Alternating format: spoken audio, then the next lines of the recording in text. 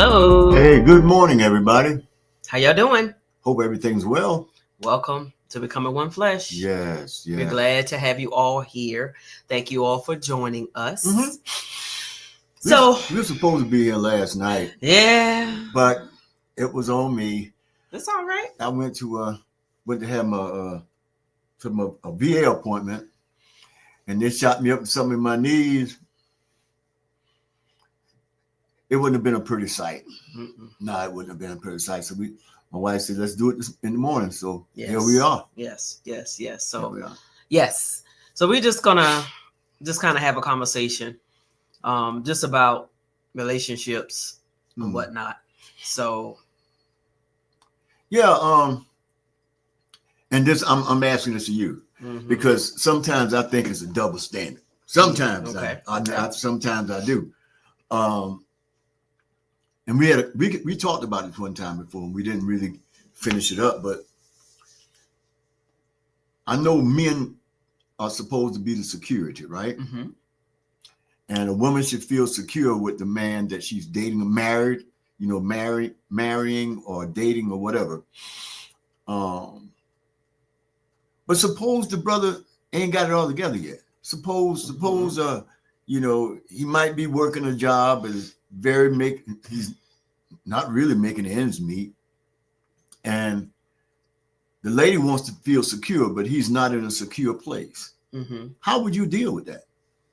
I mean, it just kind of depends because every woman is different. Mm-hmm. Now, I understand, security is very important in relationships. Right. We have to admit that. Right. Because you want to know that the person that you're going to be with, you want to know that they can take care of you and themselves. Okay. You want to know that they can, provide, provide basically. And that just depends on the person because looking at a lot of people, especially those who are in Hollywood, those that may be famous or whatever, just for example, a lot of them didn't have anything. Come up with some. Yeah, sorry. A lot of them didn't have anything. They didn't have nothing. Like with Samuel Jackson, wasn't he on drugs or something like that? And I think he didn't have anything. Yeah. And President Obama, he didn't have anything. Yeah. But they saw something in them that caused them to take a chance with them. And sometimes you have to be willing to take a chance. And a lot of people who have took chances, it paid off for them. Because just look at all of the inventions we see and all the things we see. They all didn't start off having everything and this and that. They may have had an idea, they may have had vision, but they just may not have had the wisdom or the means to carry those things out. So it's almost like you have to be a visionary in a way to be able to see beyond where someone is now as to where they could be or where they're going or where you too want to go. It's not just about them. It has to be a vision of both people that you can come together in unity and you can help build together. So I said it depends on the woman because like I said, every woman is different. Yeah. So I can't compare with every woman or say they should do this and do that. But my thing is, we still have to be reasonable as well because things do happen. Even if they got everything, things happen. They could lose something. They can get sick. They can get in an accident and everything is a change. So it's just like being open to be flexible, to be open to being understanding. And it just depends on what the situation is. Okay. The reason why I asked you that is because a lot of women, and I have to say this now, a lot of women expect for the man to be established and have everything. How you doing? Hi there. To be established and have everything. And if he doesn't have it, then you're not worthy of me. Same thing on the other side. Sometimes men want the woman to have everything. And if she doesn't have everything together, then she's not worthy of him. But I think it's more so that, and not coming against, I don't bash women. What I'm saying is that a lot of time, because women need security, they say, well, if you ain't got it together, then you can't take care of me. But it goes back to what you was just now saying. It's not about you taking care of me or me taking care of you. is we taking care of each other. We Yes. build together. We take the time. We build together. Through the good and the bad. Yeah. And like you said, being a visionary to say, well, you know what, Phil, brother ain't got it all together, but he a good brother. He working. He trying to get together. He trying to get it together. I'm gonna take a chance. Okay. Now, a lot of times that does work, and a lot of times it don't. Yeah, so you have to, in being a visionary, you still have to see beyond what you see. Because if you only see what you see, because remember we was looking at the thing the other night, and this lady and this dude, it's a show. This lady and this dude, a dating show, whatever it is. I forget the name. But no, they're engaged. They're engaged. Okay. She had a problem. She had been cheated on in a past relationship. So she was kind of reserved. And the guy, he said, well, I have cheated before. So now that was a very sore thing for her. So it caused her to hesitate. But the dude fine, got big muscles, all that stuff and everything. So he knew how to play upon her emotions to get her to bow down. So I think women have to be very careful when you allow your emotions to override your vision. Because when you let your emotions override your vision, there'll be things that'll be right in front of your face that you see. But your emotions say, oh, well, I can fix him. Oh, well, I can make it better. Oh, well, I'll change him. You can't change him. He has to have a desire for himself to do right for himself, and in the process of doing that, then the both of y'all can build. So what is it that when, like with a woman, when she sees a red flag in something, what causes her not to pay attention to the red flag? Same thing that would cause a man not to pay attention. Seriously, they're looking at the outer because, like I said, this guy is very good looking. He used to model. He's very easy on the eyes, and he's a bodybuilder. He had the little tank top on and had his arms out, and then he was actually went through a divorce, so he doesn't have. He's back at home with his mom. Yeah, he doesn't have. So he's in his 40s. Yeah, have a divorce. I don't think he have any children, but he had to go back home with his mom. And for her, she's a nurse practitioner or something like that, so she's doing well for herself. And she said when she heard about his financial status, that was a concern for her. She was like, I'm not too particularly attracted to that. But because he knew, and to me, he was more concerned about how she saw him. Yeah. He wasn't concerned about the fact that he was, he needed to, or that he was working towards getting himself back on track. He was more concerned about how she felt because he liked her. And he wanted to try to prove to her that he, everything is going to be okay. But she initially said it turned her off. Oh, wow. But when he talked to her and looked at her and said the little things to her and everything, and then he pulled her in his big arms and she nestled into his chest and she started crying and he put his hand on her head. It was a wrap. Yeah. So she basically overrode what she felt, which was a deal breaker for her. Yeah. She dismissed it because he was able to work on her emotions. Yes. So what we're saying is, if you have something that you are particular about, and like I said, we have to be within reason because we can't expect perfection because we're not perfect. Yes. When Joe and I got married, y'all, we didn't hardly have a dime to rub together. And that's real talk. Yeah. We was able to scrap enough money together to pay for our wedding. Yeah. And it was not, I know it had to be at least around 1,000, under 1,000, because we used people we knew to get stuff done. We didn't have no big elaborate wedding or anything. So, but it was a lot of warfare. I'm just going to keep it real. Yeah. We went through a lot of warfare up until the wedding day. And then afterward, it really heightened up. Yes. So we didn't have a bunch of money. Yeah. So many people are saying, well, y'all don't need to get married because y'all ain't got no money. But you know what? I'm grateful that it did start off that way, because that let Yeah. us know where we were with each Each other. other, yeah.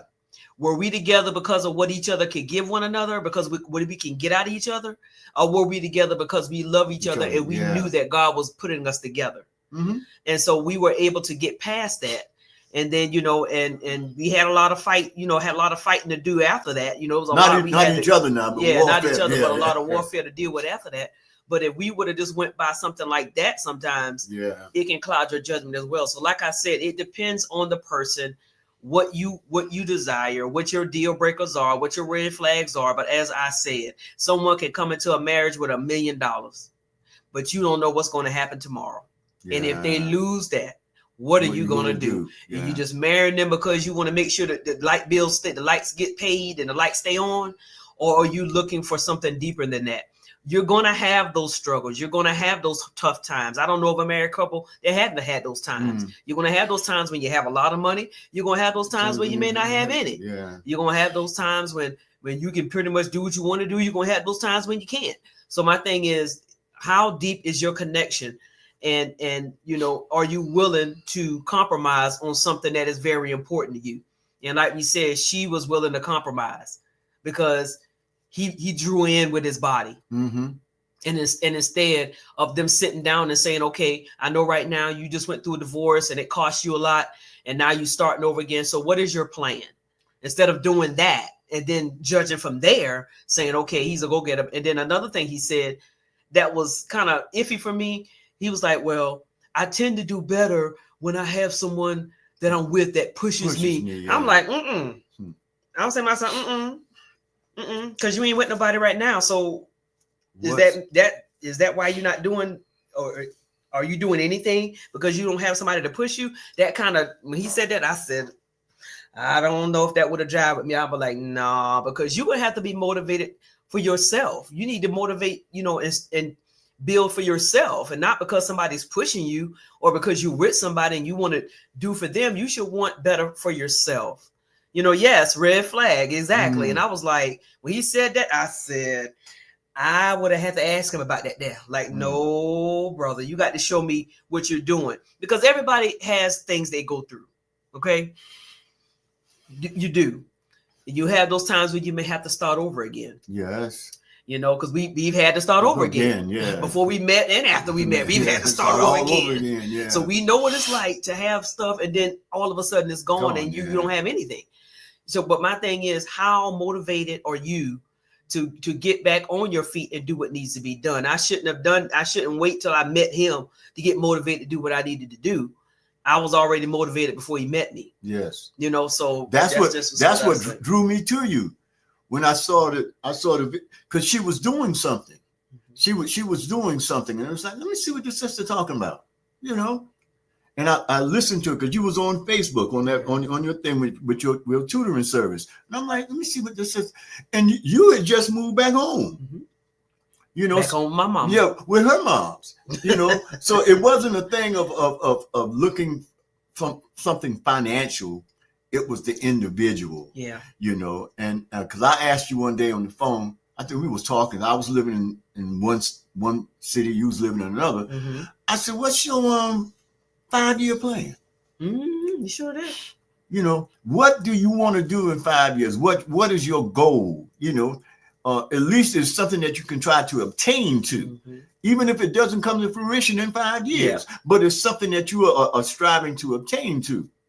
I think, and going back to when you were talking about the money that we had for our wedding, you know, this is my personal thing, so y'all don't get mad with me. I think spending all that money on weddings is overrated. Because yes, Lord, that money can go towards something, a house, a business, property, and all that. Yeah, why spend all of that money for one day? You know what I'm saying?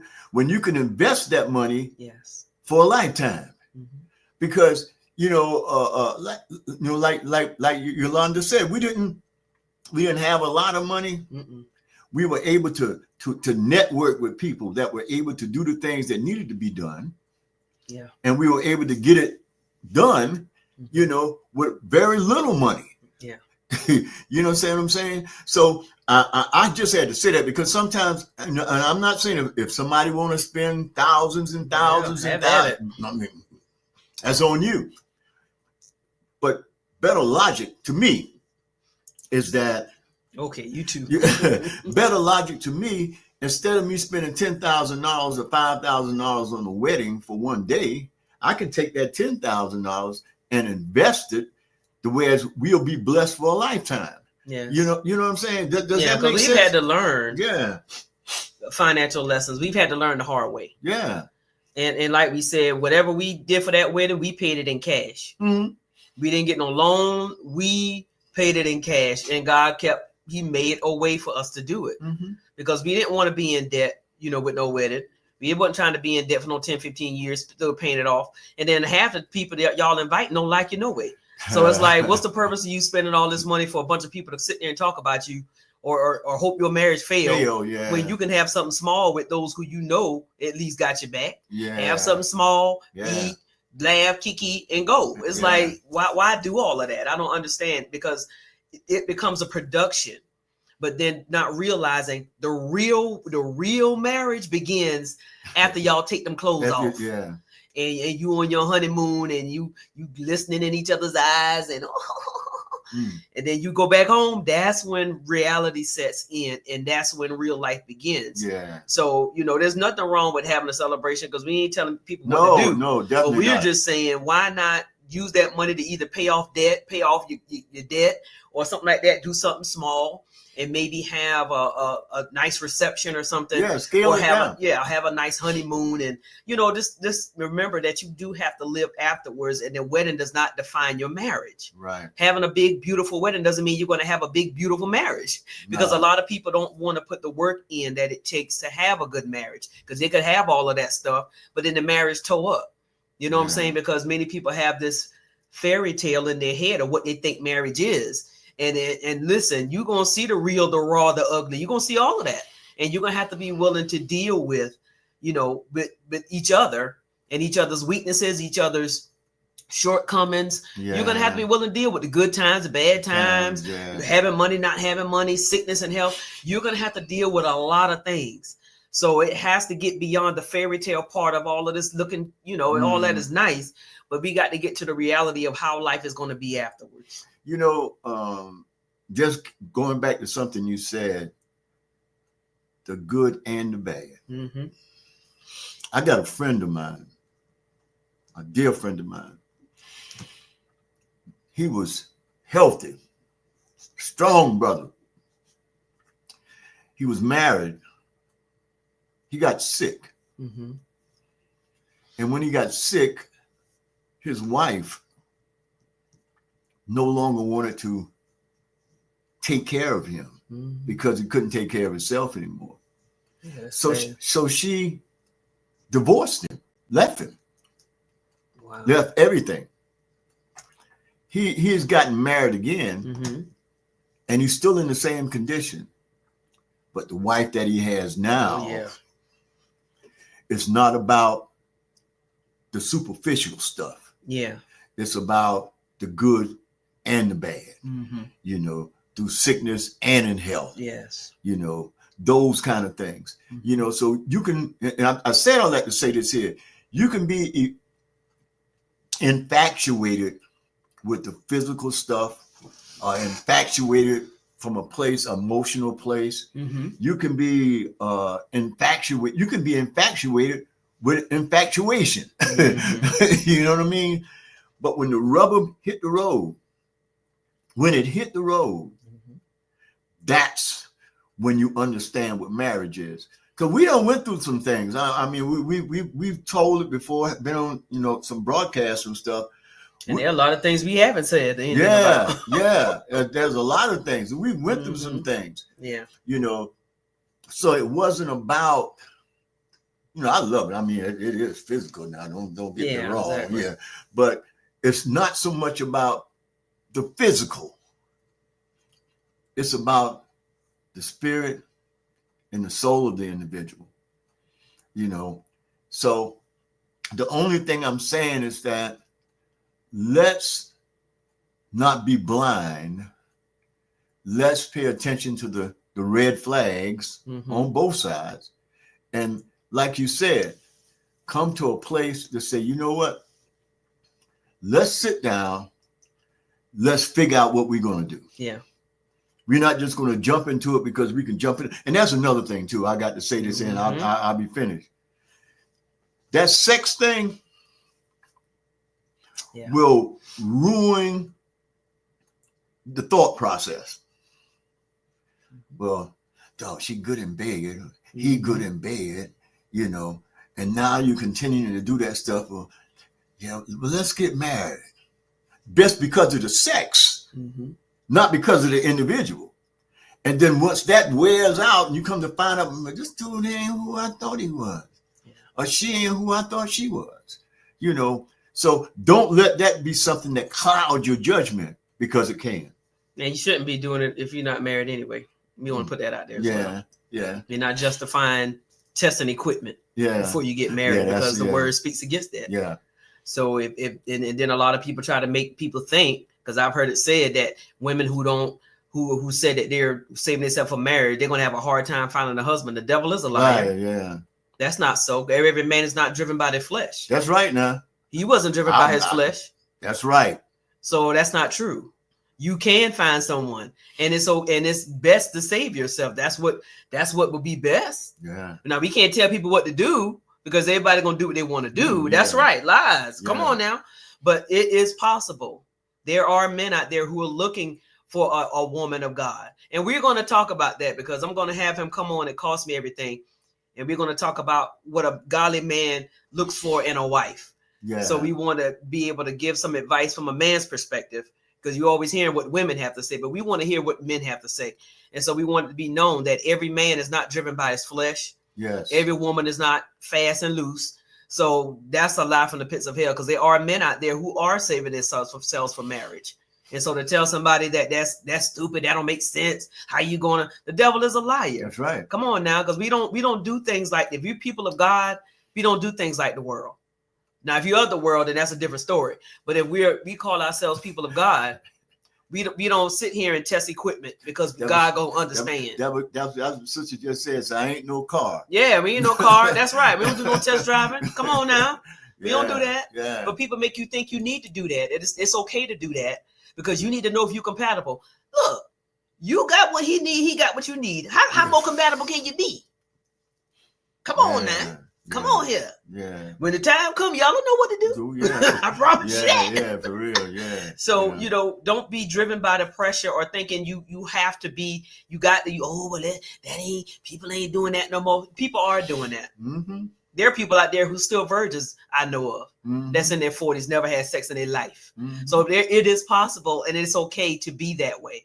So we're not going to even buy into what the world is doing in 2025. Everybody, you mess around with them, you'll be at the doctor every day. We ain't rolling like that. Yeah. Well, we want you all to know that it is possible to save yourself, and it's okay to save yourself. Because you don't have to go out here and do all of that, because you sleeping with people and picking up demons and then you be fighting stuff and all that. Anybody got time for that? Anybody got time for that? And if you did mess up, there's no condemnation on that either. Yeah. Because you can repent and you can get back in right standing with God, and you can still go back on your journey and you can still save yourself. Yeah. So, we just want to put that out there. We're not justifying having sex, because a lot of people do it. And then they marry each other, like he said, because of that, because it was good. Yeah. You better have more than that. You better have more than good. Because it'll be a shame for them to be good in that aspect, but they can't get a prayer through. Woo. When the devil beating you side the head, y'all can't, sex ain't gonna fix that.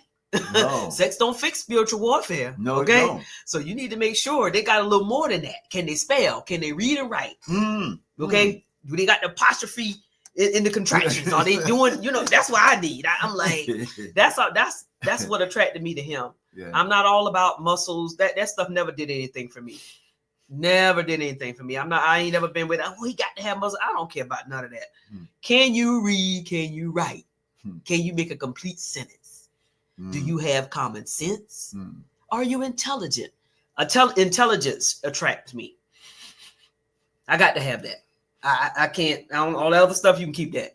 I need somebody who's wise. I need somebody who can give us direction and give us vision. I need someone who's connected to the Lord. I needed that. All the other stuff you can keep that. I done been there, done that. I'm good. But I need somebody who can love me like Christ says to love me, and somebody who I know I can trust, and who I trust to lead, who I trust to guide, and and who's not driven by his emotions and go with the wind and all over the place. I needed that stability, and that's what I have in him, and I thank God for that. That even though we went through a lot of things, I thank God that he was strong enough to maintain through those things, because some people aren't strong enough to make it through what he's been through. Some people would have lost their lives, or they would have just gave up. And I thank God that he didn't, because he knew, God knew what was ahead of us. And he knew why he was putting us together. Amen. And it wasn't so we could hop up and down in the stack, though that's a benefit. But it was more to it than that. Amen. And so because he had kingdom purpose and kingdom work for us to do as well. So you just have to know what you're getting into. You need to know who what prophet say, who you think you laid it down with. You need to know who you're marrying, because you don't know. If you don't know, you could be setting yourself up for a trap. Yeah, one thing, and I gotta tell our little secret. One thing, Amen. My wife told me before we ain't having no sex. Mm-hmm. And I was so happy because I was happy. I said, "Yeah, you're right. Now we ain't going all the way down that road now," and we didn't. Mm-hmm. We didn't. And I think, like I said, it clouds the judgment in a lot of areas. Because we did it the first time. Yeah, because the first time we were married. It was like clouded our judgment, because I know mine was I was in the bed up until the wedding night. Yeah, it was on and popping. And wasn't thinking, wasn't listening to the Lord, wasn't listening to the warnings. You can't. Blind. You can't see it. You can't see it because the only thing you see is the physical. Yeah. You don't understand the spiritual implications of this thing. You don't see the soulical ties that you make with that thing. Mm-hmm. I mean, it's a lot involved. That's why it's so important to know the individual, to outside of that, outside of the superficial stuff, outside of all that other stuff, because like I said, when the rubber meet the road, you need a real partner. You need a real husband. You need a real wife. That's right. You need a soldier. You sure gonna need one. You understand what I'm saying? Yes. You need a soldier. You don't need one that's no, you don't need. You need a soldier. You need somebody, like you said, that can get a prayer through. Mm-hmm. You need a woman in your life that will pray for you, pray with you. Yes. You understand? You need a man in your life that'll do the very same things. Mm-hmm. That when things come against you, you know where to go. Yeah. You ain't running to the liquor store. You ain't running to the crack man. You ain't running to this or that. Say, I'll put my trust in the Lord. That's what we need. Mm-hmm. That's what we need more than anything else. All that other stuff will take care of itself, because it says what? Seek ye first the kingdom of God and his righteousness. And he said, I'll add all that other stuff. Then y'all be able to enjoy your life, be able to enjoy each other, be able to do all that other stuff. But seek me first. Yeah. Yeah. So that's all we have. Yeah. We just want to come on and just have a quick conversation. Just be wise, be watchful, because a lot of people out here playing games. Yeah, seriously, and don't and sometimes it ain't wise to share everything that you got going on, because we saw something when we were coming back from out of town that this young lady on the plane, they sat next to me, and I thought I was going to grow wings and fly off the plane because I was so over them. But a guy that was sitting in front of Joe's row, and there was a young lady sitting by me. He asked somebody to trade seats so he could sit with her, right? But he saw her vulnerability, and he was very, his mouth, oh my gosh, I was like, I had to put my headphones on. About 2.5 hours he talked. I mean, he said some of the most vulgar. I'm sitting there, oh my gosh. But this girl, because they had the drinks on the plane, had the little liquor bottles, whatever. She was just telling everything. Oh well, yeah, I just broke up with my boyfriend, Yeah, and he cheated on me, and I'm sitting here like, girl, why are you telling this man that you just met? So he over here, you know, we have to, we gotta hang out sometimes. You know, maybe we gotta go out but he was over there running some horrible game, y'all. Running game. Because soon as me and Joe got off the plane, we looked at each other. I said, "Did you hear that?" He said, "Man, that Joe was running game." Yeah. I said, "But she was falling for it." Because she was telling, oh, he cheated on me. Oh, you know, I don't. Oh, he said, well, I can help you with that. I said, see, I said, sometimes, now if I can see if we're in a relationship and we're talking about those things, but I just met you. Yeah. So if I'm sitting here telling you that I was cheated on, I was done wrong, you already know, okay. So I already know I need to make sure I don't cheat on her, or make sure she don't know if I'm doing anything. Now I know how I can get her. Because I could just flatter her. Because just what he told her. Yeah, my girlfriend cheated on me too. That's why I'm moving back to Chicago. And that. So now we got something in common. Mm-hmm. Oh, you want one of these? He bought a little Bacardi thing and juice. I said, oh gosh. So yeah, they talking and this is the part that got me. And I'll be finished with it. It's when we got off the plane and we was going to baggage check. Who do we see together at baggage check, leaving out of the airport? Mm-hmm. The both of them just met. I'm like, not that quick, man. And you know, we're not judging, but we're just saying this is the stuff that sets us up because we give too much too soon. Yeah, too much. We don't use wisdom. Mm-hmm. We're not being discerning. And here it is, we got these holes in us. And somebody see that hole and they're going to jump right on in. Mm-hmm. You know what I'm saying? Because he kept saying, make sure you call me now. We're going to go out. Make sure. And I kept saying, well, what? I said, and y'all, I wasn't trying to listen, but they was talking so loud. I had my headphones in. It's like they were sitting next to me. I couldn't help but hear them. But it was just like, we were just looking at each other like. Yeah, she said he saw a damsel. Yes, that's it. He saw a damsel in distress. Yeah. Trauma bonding. You better come on with it. You better come on with it. Yes, it is not good. And so that's what we just be wise. We're not telling you to lie and deceive, but if y'all not working towards something serious, they don't need to know every single thing there is to know about you. You don't need to know nothing. Yeah, it's like leave some mystery. Yeah. You know what I'm saying? So that's all we wanted to say, but thank y'all so much for joining us. Yes. We appreciate your comments. We appreciate your interaction. We love you guys so much. And we just hope that you all will continue to join us. And please be sure to join us on our vlogs. We have one coming out this weekend. I think I did a short one yesterday. The Samuels on YouTube. You can follow us on there. Make sure you put Joe and Yo on there because there's a lot of Samuels on there. Yeah. So you have to put Joe and Yo on that. And also you can join us on Kingdom Principles on Sunday. Joe and Apostle we'll be talking about the book of Revelation. And then also join me tomorrow. I have a guest on tomorrow on It Costs Me Everything. So be sure, if you haven't read our book, please read or pick up our book. We don't advertise it no more. We need to start doing that. Hey, let me say something too. Hey, Brother Mike, he said, I don't know how I missed it. Oh, it's all right. It's all right. Yeah, you know everybody can't catch everything. Yeah. It's all good. But please be sure to check out our book because we tell y'all everything. Yeah. And if we would have known, that would have been a part one. Yeah. Because my God, do we have a part two? Yes. I said so much happened after that. Mm-hmm. But this shows you everything that we went through before we got married and even after the marriage. How the enemy, I'm telling y'all, it was just sometimes we look back at it because you said you read it the other day. Yeah, I did. And he was just sitting there like, I didn't even realize that we went through all of that. Yeah. Yeah. So we just wanted to share that with you guys, but we love you all. Please be sure that you can check it out on Amazon, and we will be talking with you all later. God bless, brother. God bless you. It's all good. It's all good. We love you. Thank you for coming on. So God bless you, Prophetess Kylie, Prophetess Deborah, man of God. God bless you, and thank you all for joining. We love you guys, and we will see y'all the next time. Y'all have a good day.